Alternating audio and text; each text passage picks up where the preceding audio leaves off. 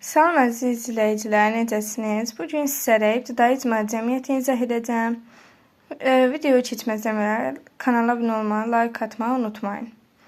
Deməli, ibtidai icma cəmiyyəti qədim insanın yaratdığı ilk və ən uzun sürən cəmiyyət idi. İbtidai icma cəmiyyəti. İbtidai icma quruluşu əmək alətinə hazırlandığı materiallara görə daş, tunç və dəmir dövrlərinə bölünür. Uşaqlar, baxın, bunların özdə, bu üçünün özdə ibtidai icma cəmiyyəti mərhələləri adlanır. Daş dövrün özdə bir neçə mərhələlərə bölünür. Məsələn, qədim daş dövrü, orta daş dövrü, sonra deyərəm ki, yeni daş dövrü. Qədim daş dövrünə paleolit, orta daş dövrünə mezolit, yeni daş dövrünə isə neolit deyirlər. Neolit. Paleolit dövrü özdə alt, orta və üst paleolit dövrlərinə bölünür. Can başlayaq indi birinci dərsimizdən, yəni alt paleolit dövründən. Dərsimizin adını yazaq. Uşaqlar, alt paleolit dövrü Qurçay mədəniyyəti adlanır. İlk insan tipi olan bacarıqlı insan yaranmışdır. Bacarıqlı insanın, baxın, bacarıqlı insan yaranmasından başlayaraq elə bir 100 min il bundan əvvələ qədər davam etmişdir. Bacarıqlı insan yaranıb. Məsələn, alt paleolit dövründə birinci bacarıqlı insan yaranıb. Sonra 2 deyə bilərik ki, ulu icma yaranıb. Qarışdırmayın. Baxın, qəblə icması yaranıb üst paleolitdə, ulu icma yaranıb alt paleolitdə. Ulu icma yarandı. Ulu icma mövcud olması ilə Azərbaycan ərazisindəki ibtidai icma quruluşu yarandı. Sonra 3. İlk əmək alətləri olan sivri daş, yerqazan çubuq və dəyənək yarandı. Dəyənək meydana gəlibdir. Əmək alətləri səsən daşdan, ağacdan,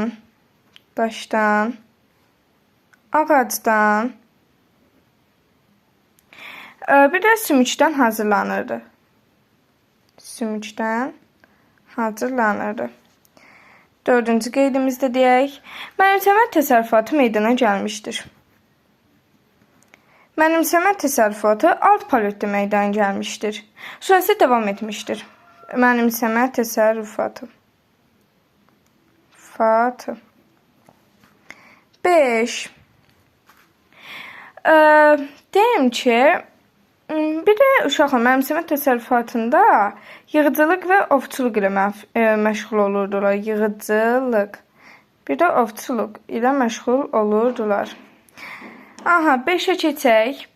Baxın, insanlar alt paleolit dövründə ilk dəfə oddan istifadə etməyi öyrəndilər. İnsanlar bu ilkin vərdişə və əmək alətlərinin hazırlanması onlar heyvan aləmindən nə etdi? Təbii ki, ayırdı. Ulu icma xüsusiyyətləri var. Hələ alt paleolit qurtarmamışıq. Ulu icma xüsusiyyətləri. Birinci xüsusiyyət, videoyu dayandıraraq yazıram ki, uzamasın da video. Alt və orta paleolit dövründə mövcud olub, ilk insan kollektivi idi, yəni ilk insan kollektivi adlanır. İkinci xüsusiyyəti, uşaqlar, daimi möhkəm deyildi, daimi və möhkəmlə kollektiv deyildi, tez-tez dağılırdı və yenidən yaranırdı. Üçüncüdə isə gündəlik tələbatı ödəmək, qida əldə etmək və heyvanlardan qorunmaq üçün yaranmış qəblə icması formalaşana dək davam etmişdir. Ulu icma deməli nə vaxtdan olmuşdur?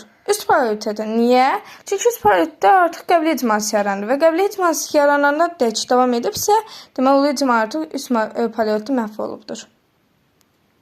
Uşaqlar, azıq mağarasında əldə edilən material əsasında öyrənilibdir. Alt paleolit dövrü bunun əsasını öyrənildi. Baxın, sınaqlarda düşür ki, yəni Necə deyim? Sıxlarda düşür ki, nə əsasında öyrənib? Onu da cavab burada. Arzığım arasında əldə edilən materiallar əsasında öyrənilib. Uşaqlar, bunun əsasında öyrənildiyi üçün bura nə deyirlər? Quruçay mədəniyyəti. Videonun başlanğıcında da dedim. Bunun əsasında öyrənildiyi üçün bura Quruçay mədəniyyəti deyirlər. 1968-ci ildə uşaqlar. 1968-ci ildə Azıq mağarasında 18-22 yaşlı qadına aid nə tapılıb? Alt çənə sümüyü tapılıb.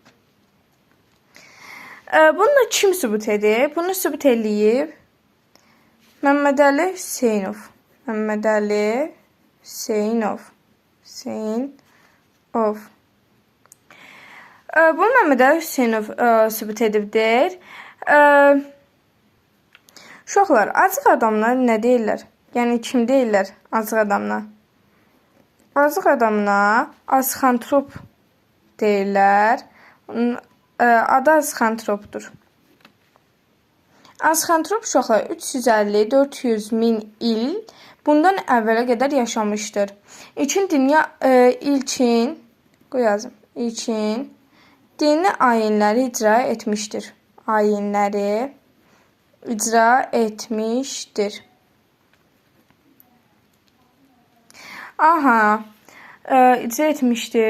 Sonra uşaqlar, azıq adamın dini ayinləri yaranıbdır. Heyvanlara inanıbdır, yəni o. Bilir ki, heyvan var. Bunu bilirdi. Azıq mağarasında uşaqlar vulkanik şüşə, yəni dəvəgözü hazırlanırdı. Uşaqlar, bundan sonra gəlir nə? Orta paleolit dövrü. Orta paleolit dövrü Musti mədəniyyət dövrü adlanır.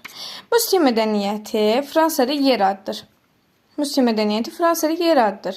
Orta paleolit dövrü 100 min il bundan əvvəl başlamış, eramızın 35 min il əvvələ qədər davam etmişdir. Orta paleolit dövrünə aiddir. 1. İkinci insan tipi olan, yəni yeni insan tipi deyək də, yeni insan tipi olan Neandertal insan yarandı. Neandertal sözü Almaniyada yer adı idi.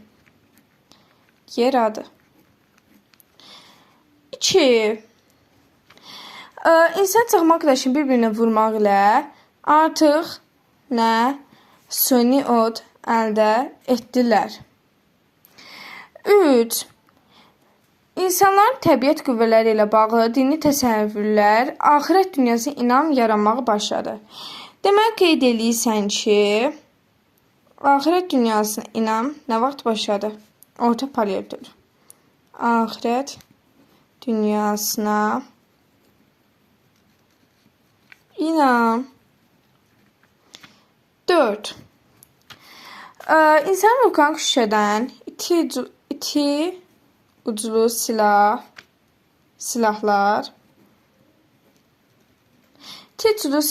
düzəldir. Ovlu nəyi?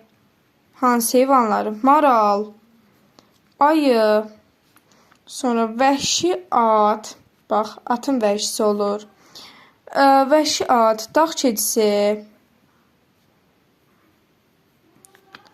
keçisi ovlayır və nə edirdi? Yığıcılıqla məşğul olurdu. Yığıcılıqla məşğul olurdular. Baxın, Azərbaycanda Orta paleolit dövrü, Qarabağda bunları sizə qeyd edib, indi video dayandırıb yazacağım. Qarabağda azıq tağlar,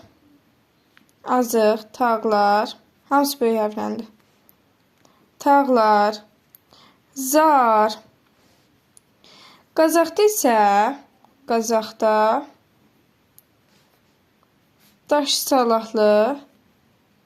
daş salahlı, daş salahlı, sonra damcılı, daş salahlı. Hə, burada daş salahlıdır. Aha, onları sonra yazacağım.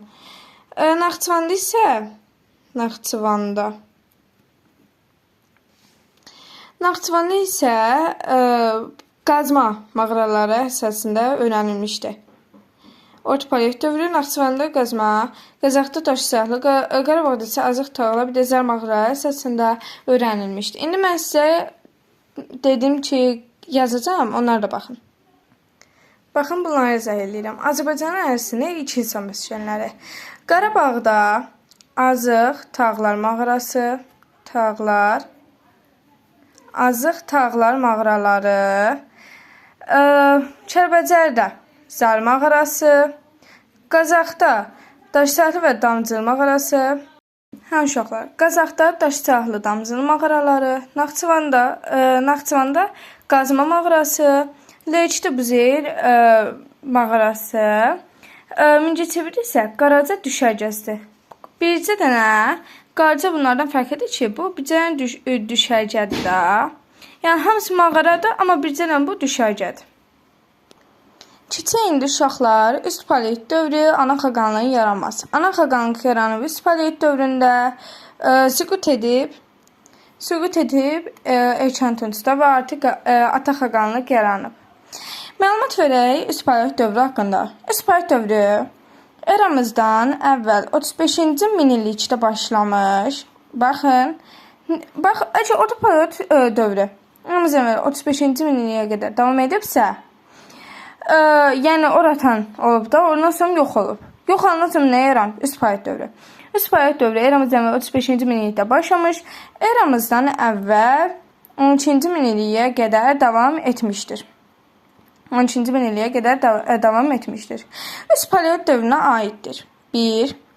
İqlim mülayimləşir. Bitki və heyvan aləmində dəyişikliklər baş verir. Necə yazım? İqlim mülayimləşir. İnsanlar ən çox mağaralarda, qazmalarda, bir də yerüstü komalarda yaşayırlar. Uşaqlar, alt paleolit dövründə deyilib ilk insan tipi olan bacarıqlı insan. Orta paleolitdə Neandertal insan, üst paleolitdə isə yarandı ağıllı insan. Ağıllı insanın genel xüsusiyyətlərini deyim. Ağıllı insan Homo sapiens adlanırdı. Üst paleolitdə meydana gəlib. Onlar üzmək, balıq ovlamaq və çayın digər sahilinə keçmək üçün ağac gövdəni bir-birinə bağlamaqla sallar düzəldirdilər. Yəni sallar kim düzəldib? Ağıllı insan. Həm də ki, buna nə deyirdilər? Homo sapiens. Yəni sapı sıxışacaqmı? Sapiens.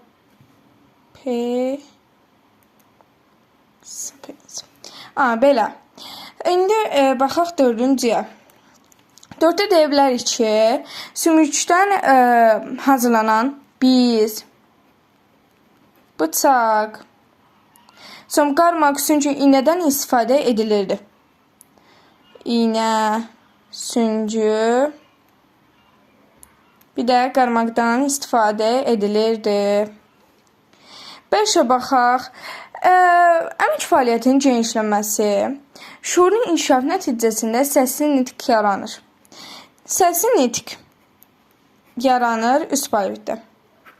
6-ya baxaq. 6-da deyək ki, hazırlanan daş alətlərində sümük və ağacdan düzəldirdilər. Sümük və ağacdan.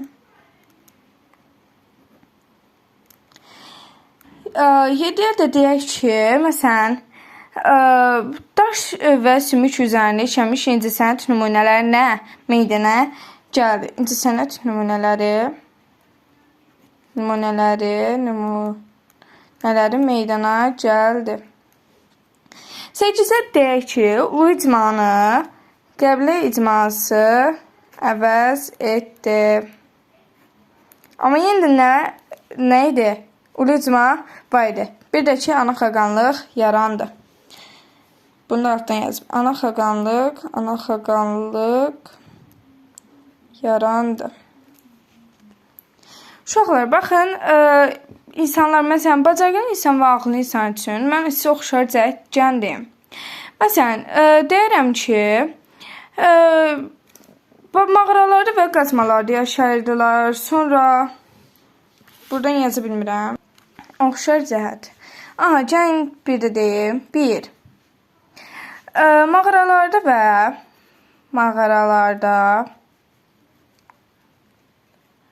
və qazmalarda yaşayırdılar. Ovçuluq ilə məşğul olurdular. Yığıcılıq ilə məşğul olurdular. Ovçuluq və yığıcılıq ilə məşğul olurdular. Sonra daşdan əmək alətləri hazırlayırdılar. Sonra deyim ki, oddan istifadə edirdilər.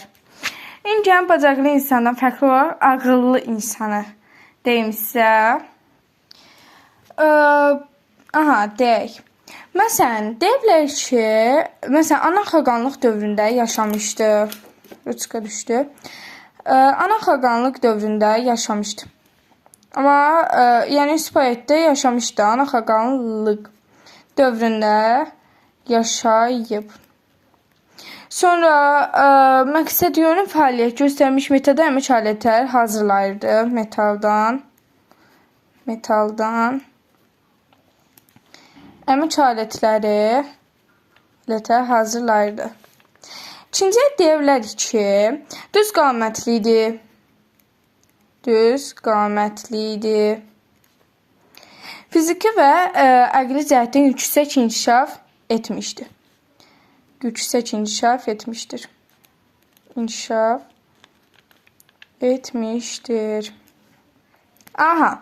İndi Neandertal insan ilə ağıllı insanın oxşar cəhətlərini yazaq. Baxın, uşaqlar, bir də deyim ki, ağıllı insan hər iki bacarıqlı və Neandertal insanın fərqli olaraq, yəni ana xaqanlıq dövründə yaşayıbdı. Çünki ana xaqanlıq üst payıqda yaranıbdı. İndi oxşar cəhətlərini yazım. Mağaralarda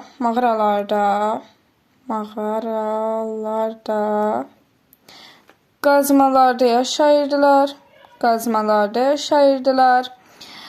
Sonra suni ot əldə etməyi öyrənmişdilər. Yaza bilərəm ki, din təsəvvürləri malik olmuşlar. Axirət dünyasına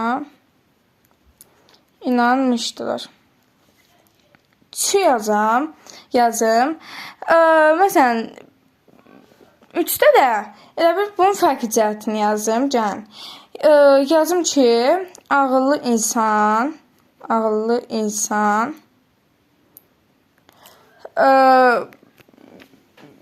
Neandertal insandan fərqli olaraq beyni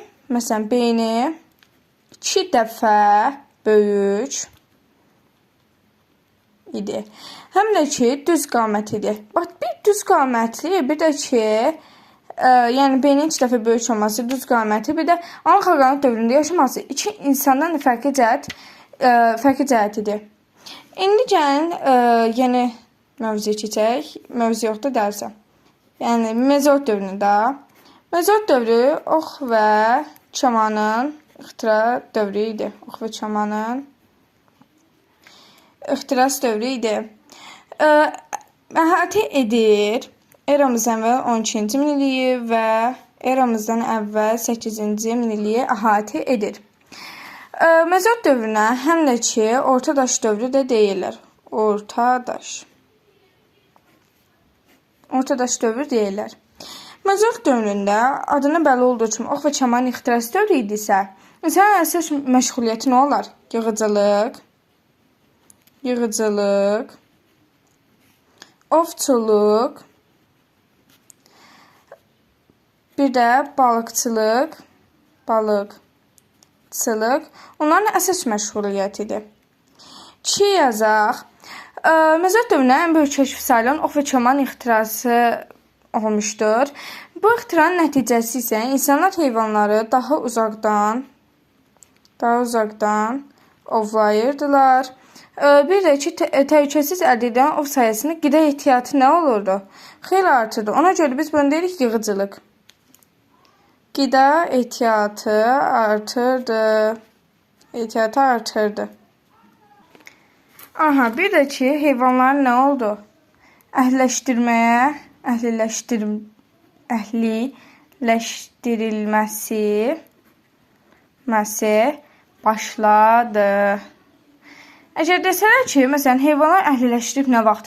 Desək ki, üst paydı və paleolit dövrü, neolit dövrü. Bunda başlamayıb axı. Heyvanlar, bax, ibtidai maldarlıq başlayıbdı. Yəni, heyvanlar əhliləşdirilibdir mezolit dövründə ilk dəfə. Yəni, buna heç bir dövrə aid ola bilməz, sadəcə mezolit. Gəlin digər şeyə baxaq. İnsanın heyvanı əhliləşdirilməyi öyrənməsi ibtidai maldarlıq idi da. Yəni, əhliləşdirən ilk heyvan it olmuşdur. İlk iti əhliləşdirmişdir. İlk əkinçilik vərdişinin yaranması ilə ibtidai əkinçiliyin əsası qoyuldu. İlk nə? Əkinçiliyin aha. İlk əkinçiliyin yaranması nəticəsində ibtidai əkinçiliyin əsası qoyuldu. Keçək digərinə. Düzmü qoydum? Aha. Deyək ki, məsələn, ibtidai maldarlığın və əkinçi əsasının qoyulması ilə mənimsəmə təsərrüfatı, istehsal təsərrüfatının, yəni keçidin əsas qoyuldu. Ben dedik ki, mənimsəmə təsərrüfatı yanında alt paleotda da, düzdür. Artıq bu mənimsəmə təsərrüfatı elə bir yox oldu da. Bunun mənimsəmə təsərrüfatından birbaşa gəldi nə? İstehsal təsərrüfatının keçid. Yazaq ki, istehsal təsərrüfatına keçid. Digərini yazın. Deyir ki, əsas əmək alətləri daş, dəvə gözü. Əsas əmək alətləri daş, dəvə gözü, vulkanik şüşə nədən hazırlanırdı? Sümükdən hazırlanırdı. Digərini yazım. Mikro, kiçik daş əmək alətləri nə oldu? Meydana gəldi. Digərini yazam ki, insanlar elə bir sümükdən biz, oxucu və balıq ovlamaq üçün harpun düzəldirlər. Baxın, biz, oxucu, bir də ki, nə? Harpun düzəldirdilər. Sonra axirət dünyasına inam artdı. Axirət dünyasına inam artdı. Dəfn zamanı qəbirlərdə məişət əşyaları və ibadət tabağı, iri daş, büt. Büt də, deyim də, nə deməkdir? Büt, ibadət edilən heykəl. Yəni, büt heykəl demək. Büt qoyulurdu. Sonra deyim ki, mezolit dövrü əhalisinin yaşayış və məşğuliyyəti Qobustanda, düz tutun. Sonra Qazaxda damcı mağarası əsasında öyrənilmişdir. Damcı mağaralar əsasında öyrənilmişdir. Qobustandakı qəbilələrin birində tapılmış daş büt göstərir ki, axirət dünyasına inanmış mezolit dövrü insanlar dəfn zamanı ölülərin yanına məişət əşyaları qoyulmuşlar. Ölülərin yanına. Birinci deyirəm, sonra yazıram. Məişət əşyaları nə olurdu? Qoymuşdular. Aha, indi keçək artıq keçək Neolit dövrünə. Neolit dövrüdə uşaqlar yeni daş dövrüdür. Oturaq həyata yazım da, buna vacib olduğu üçün yazıram.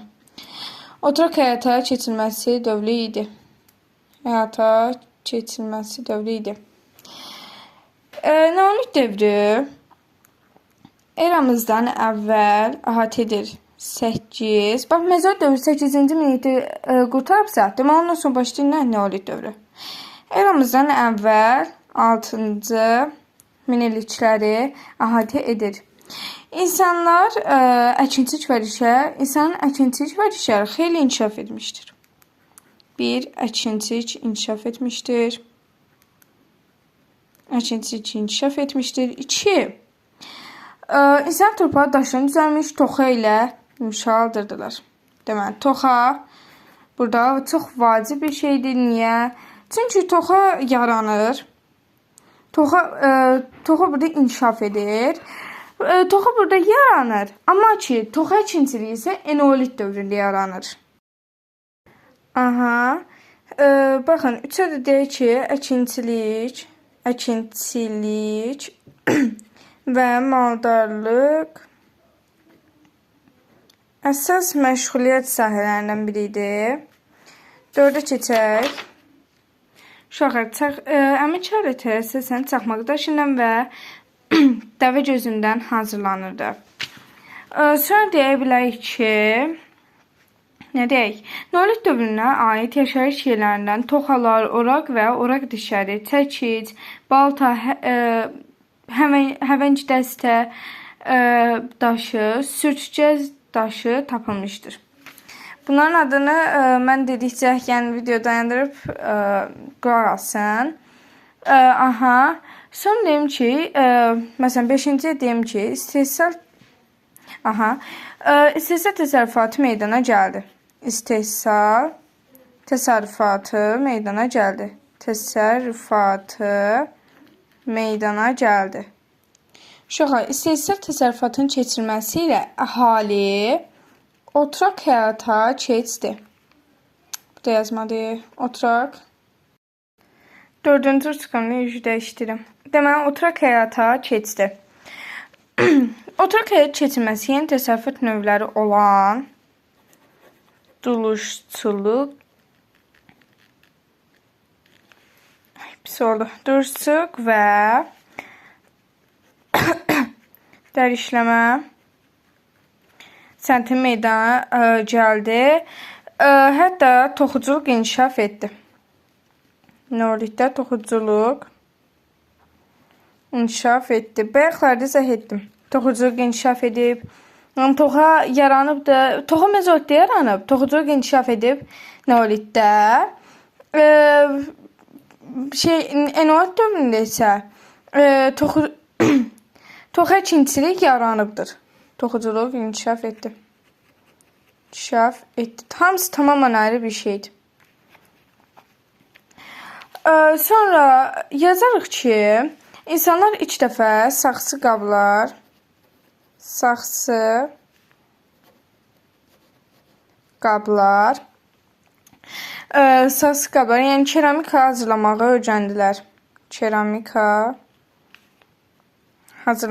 öyrəndilər. Daş alətləri cilalamağı, deşməyi də öyrəndilər. Daş alətlərini cilalamağı və deşməyi öyrəndilər. Bu mühüm nailiyyətlər Neolit inqilabı adlanır. Nə adlanır? Neolit inqilabı. Uşaqlar, bu duluzçuluq sənətinin yaranması, saxsı qab istehsalı Azərbaycanda gələcəkdə metallurgiyanın meydana gəlməsində mühüm rol oynadı. Qoy adımı buradan yazsın.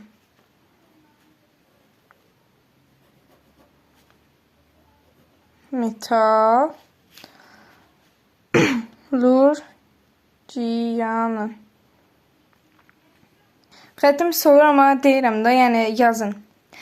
Gil qabı düzəldən ustalar getdikcə daha yüksək istilik əldə etməyi öyrəndilər.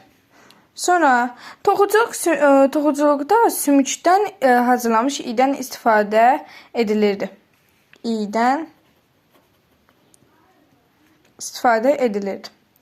Neolit inqilabı bölünür 3 yerə. Neolit inqilabı. İnqilabı. Bölünür neçə yerə? 3 yerə. A. Toxuculuq. Yəni toxuculuq inkişaf edib. Sonra insanlar daşlar nə? Cıralamağı, dişməyi öyrənib. Sonra dursuq dərişləmə yarandı. Doluş, çulluq, dərişləmə yarandı. Yarandı.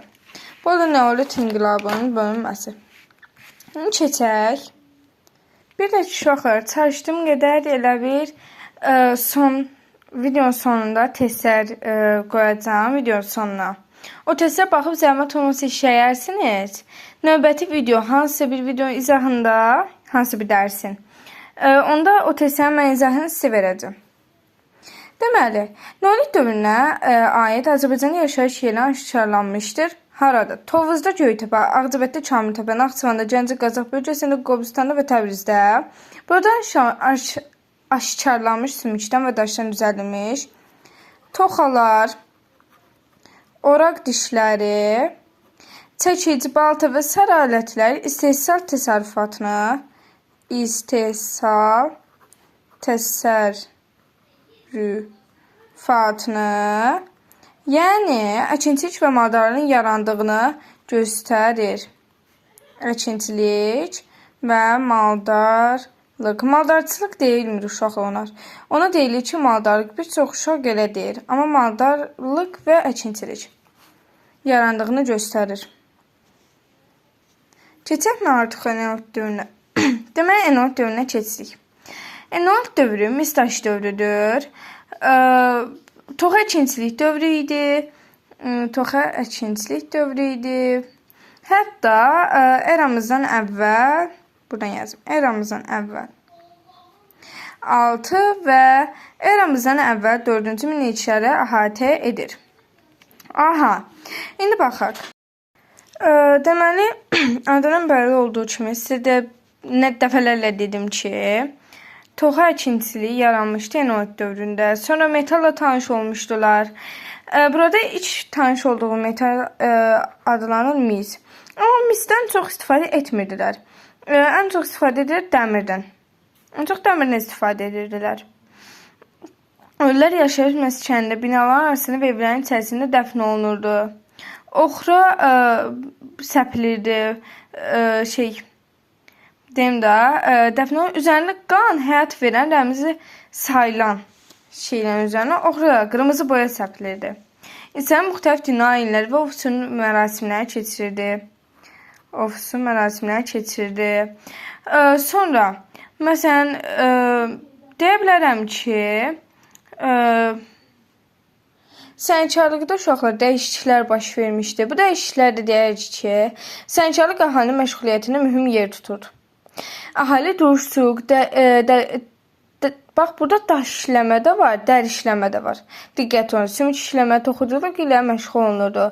Bu dövrdə tapılmış ilk ucluqları insanlar toxuculuqla məşğul olduğunu göstərdi. Deməli, həmin o sübut eləyir ki, buradakı insanlar nə? Toxuculuqla məşğul olubdur. Bunu sübut eləyir də. Məsələn, evlər dairə formada idi, çay kənarında çiçək kərpicdən möhrədən inşa olunurdu. Bu cür evlərdə ailələr bircə yaşayır, icma torpağında bircə çalışırdılar. Əhali daha çox bitki, lifləri, qamışdan məlumatlar hazırlayır, evlərin döşmələrini həsr salırdılar. Sonra, bu iş faidə danışıram. Çünki tam belə əsas məlumat yoxdur ona görə. Məsələn, Neolit dövründə yeniliklər var idi. Deyə bilər ki, qadın müqəddəs varlıq hesab edilməsi, sadəcə qadına, qadın müqəddəs varlıq hesab edilməsi, bizə məlum olan ev heyvanları əhliləşdirmək üçün başa çatması. Mezolitdə, təkrar qaydaq, heyvanlar nə olub? Əhliləşdirməyə başlayıb. Yaxşı, burada başlayıb, bəs nə vaxt başa çatıb? Eneolit dövründə. Eneolit dövründə isə başa çatıb. Deməli, harda qalmışdım? Hə.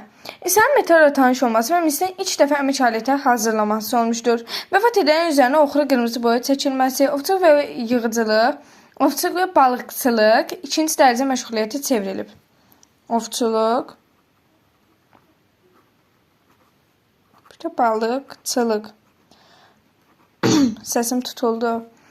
Balıqçılıq əsas məşğuliyyətə çevrilmişdir.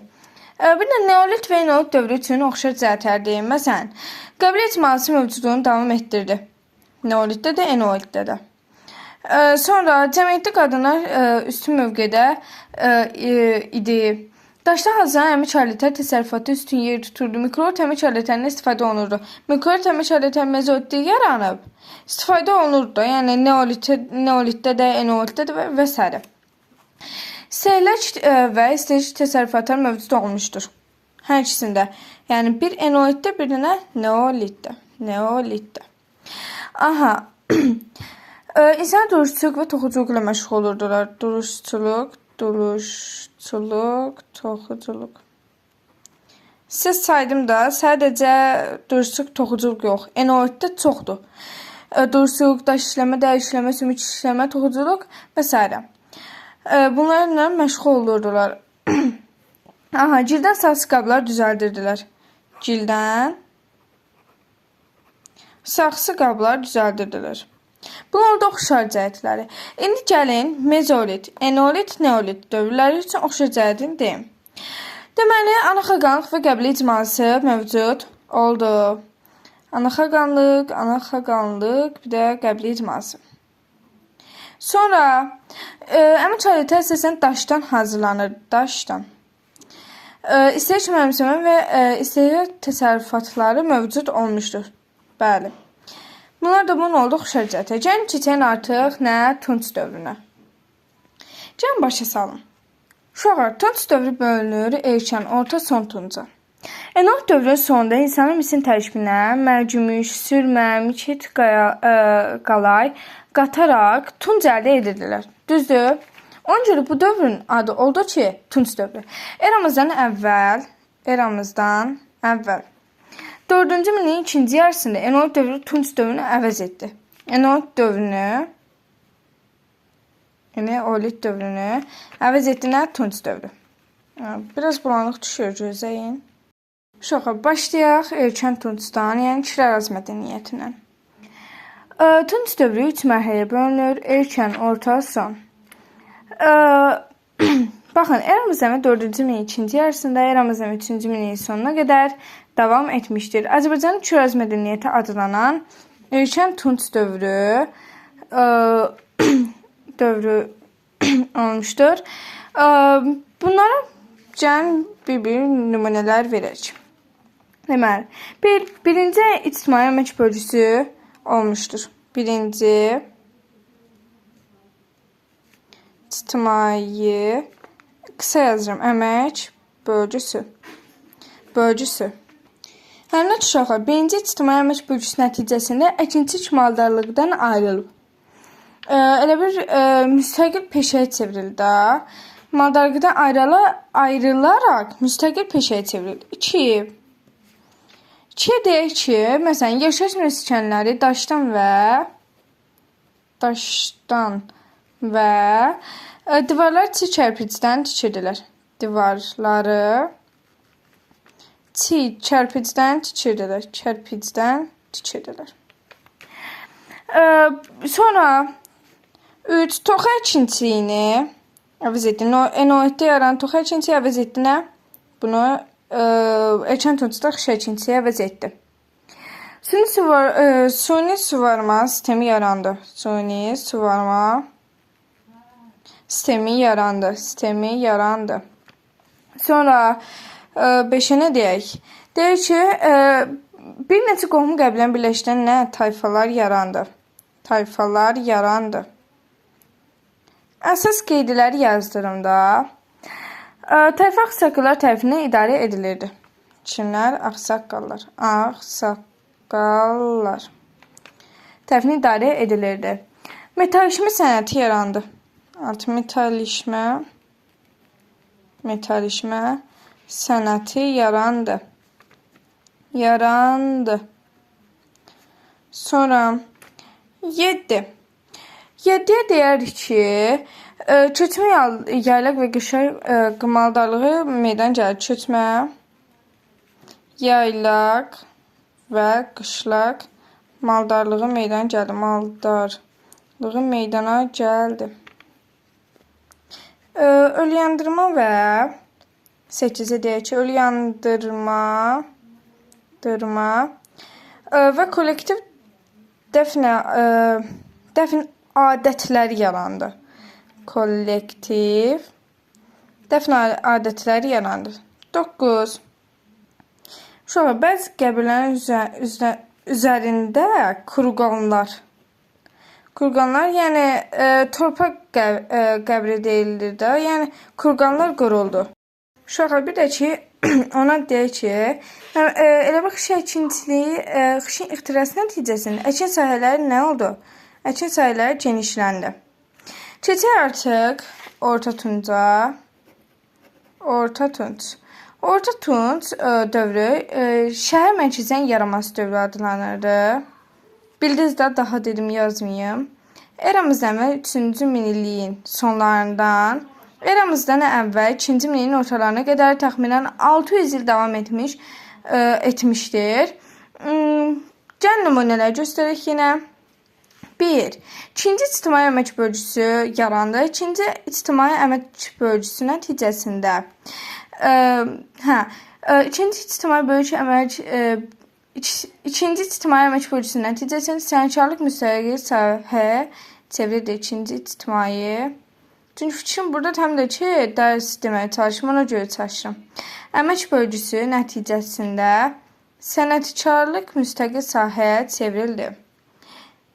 İkinciyə deyək ki, ilkin şəhər mərkəzləri nə oldu? İlkin şəhər mərkəzləri yarandı. Sonra boyalı qablar mədəniyyəti formalaşdı. Boyalı qablar mədəniyyəti yarandı. Dördə deyək ki, Urmiyada, Göytəpə. Bunlar ərazilər, bunları da yazıram. Naxçıvanda, Oğlanqala, bir də bunlar xəritədə deyirlər, tapın. Bunu tapmaq üçün də xəritənin şəklini axırda belə paylaşacağım. Hamısını nəhət olmuyor, hamısını axırda paylaşacağım. Sonra isə Qarabağda nə olur? Nərgiztəpə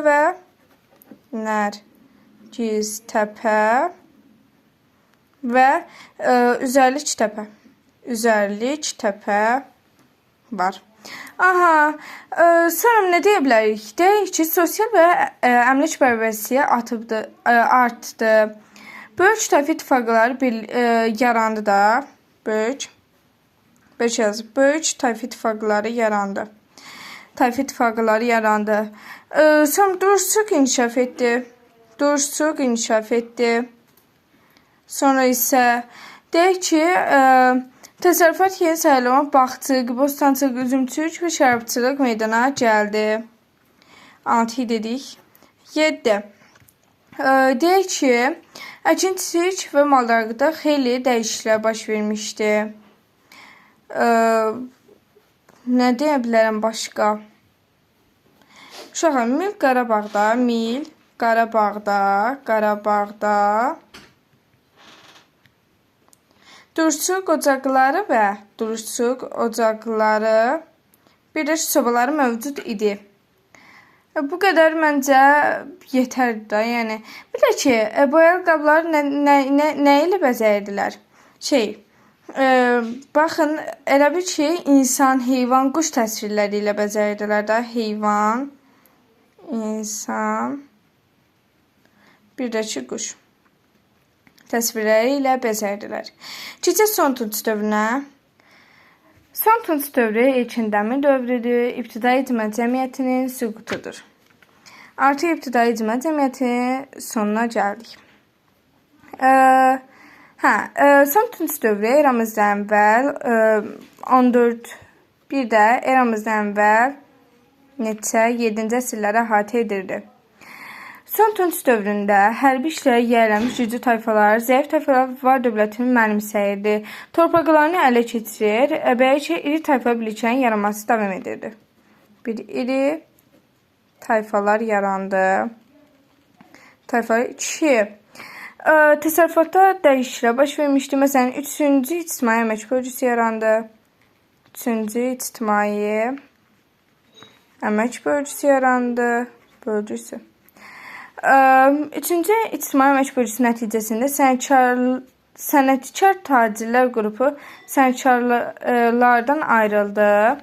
Atdan minik və qoşqu vasitəsi. Yazmıram, uşaqlarda yoruldum. Atdan minik və qoşqu vasitəsi, dəvədən minik və minik vasitəsi kimi istifadə edildi. Duruşçuluq sənətkarlığının inkişaf mərhələsində qədəm qoydu. Duruşçuluq. Artıq nə oldu? Qədəm qoydu nə deməkdir? Yəni məhv oldu da. Ana dilində öyrənirəm.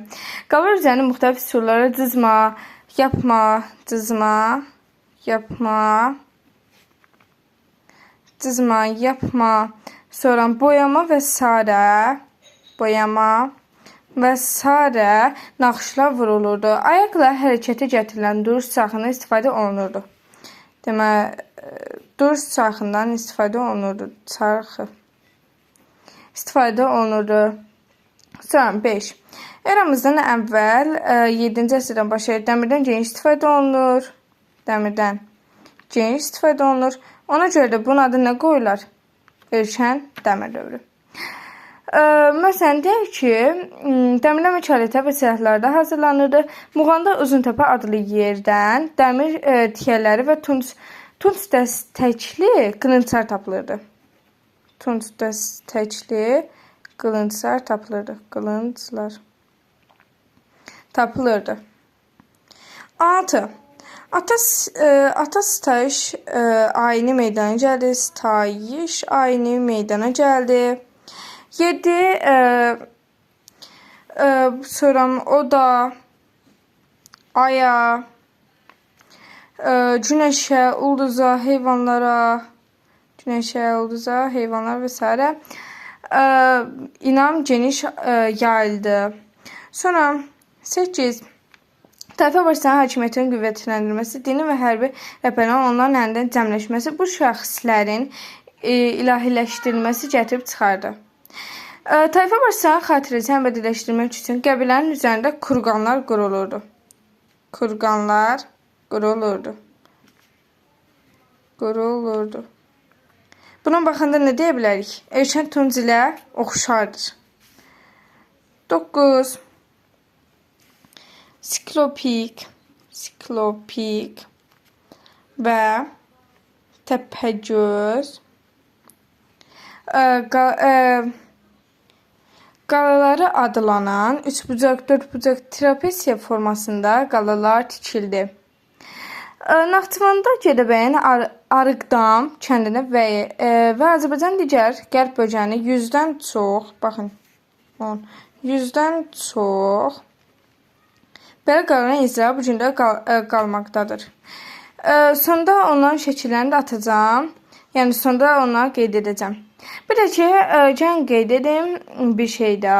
Yaxın şərqi mədəniyyət ocaqları ilə sıx əlaqədə olması Azərbaycanın cənubunda ibtidai icma quruluşunun şimala nisbətən tez dağılmasına və ki, cənubda erkən dövlət qurumlarının yaranmasına səbəb oldu.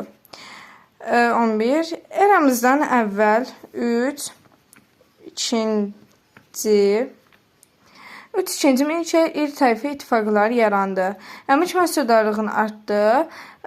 Xüsusi mülkiyyət meydana gəldi. İlkin dövlətin yaranmasına zəmin yaratmışdır. Bunların hamısı. Mən artıq video sonlandırıram.